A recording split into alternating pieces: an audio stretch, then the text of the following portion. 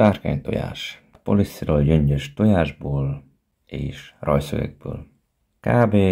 7 féle verziót tudnék felsorolni. A módok szerint körökből kirakva, illetve spirálosan kirakva. Fentről lefele, lentről felfele, és a körök esetében egy irányba, azaz jobbra vagy balra, a spirálnál is ugyanígy jobbra vagy balra, a köröknél még továbbá változó irányokkal. Egyet jobbra, egyet balra. És hát van a véletlenszerű verzió. Kezdés és befejezés. Alul és fölül középen egy tű van, rajszög, és az körbe öleli 6 másik.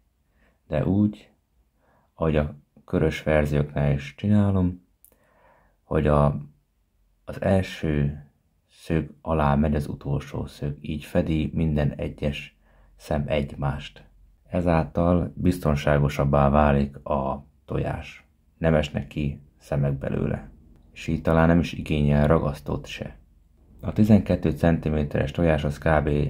400 és 800 közötti darab rajszögre van szükség.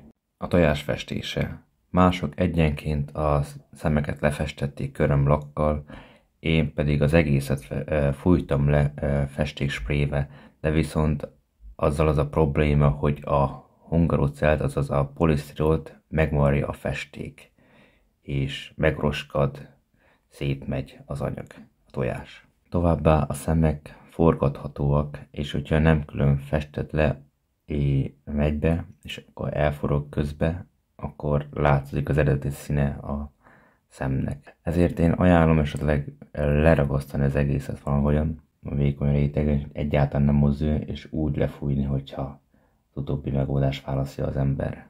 És abban az esetben is figyeljen oda, hogy mennyire szórja meg festékkel, mert a sok festéktől oda tapadhat az alja, főleg, hogyha a kartdombozhoz van rögzítve, akkor rajta maradhat maradék a papírból a tojáson, illetve ki is húzhatja a szöget a tojásból. Ha csak nincsen valamilyen anyaggal lerögzítve a szemek, ragasztó vagy valami viasz akár.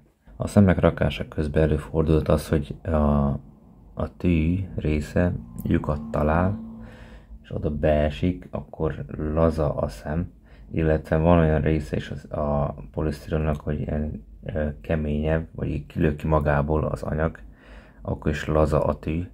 Ilyenkor nem kell megijedni, csak mellé kell rakni egy másik tűt, ami lefogatja. Ha az nem segít, akkor majd a következő sor majd lerögzíti. További tippek. A rajszögeket érdemesebb egy nagyobb, magasfalú tálba rakni esetleg, ahol jobban szét lehet szórni, hogy meg lehessen ragadni a főfele álló száraknál. Így gyorsabban lehet csinálni a tojás rakását. A másik az, hogy a tojás közelébe helyezzük a tálat, így gyorsíthatjuk még szintén a folyamatot. Mivel ez egy hosszú folyamat, ezért érdemes valamilyen kényelmes pozícióban lenni. Ha netán szétszóródnak a szögek, akkor érdemes mágnessel összegyűjteni őket. És igen, az anyag beszerzése kapcsolatban utána nézni, hogy hol olcsóbb, neten vagy a boltban. Köszönöm a figyelmet, remélem tudtam segíteni, és kellemes időtöltést kívánok a sárkánytojás készítéshez.